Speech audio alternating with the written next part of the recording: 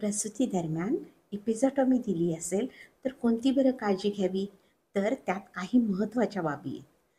त्या ठिकाणी सूज किंवा वेदना असतात. यात 24 ते 48 तासात घ्यावयाची काळजी. पहिल्यांदा कोमट पाण्यात किंवा मेडिकेटेड वॉटरमध्ये बसावे. 10 ते 15 मिनिटापर्यंत या पाण्यात बसल्यास चांगला रिलीफ मिळतो. त्यानंतर अँटिसेप्टिक ऑइंटमेंट लावावी.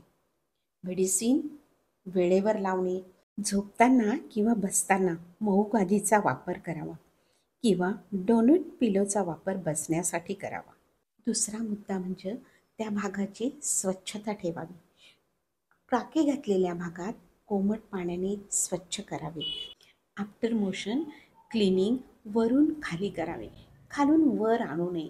त्यानंतर कोरड्या कपड्याने हलकेच टिपून घ्यावे व भागाची स्वच्छता ठेवावी. सॅनिटरी नॅपकिन किंवा पॅड वेळेवर बदलावे.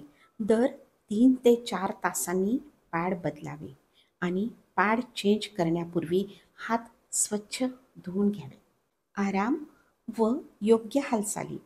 जखमेवर जास्त ताण येणार नाही अशी उठबस करावी.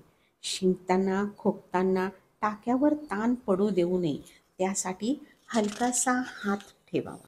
टाक्यावर ताण पडू नये म्हणून आहारात फायबर, पाणी भरपूर प्रमाणात घ्यावे.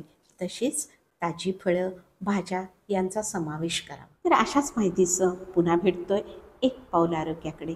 धन्यवाद.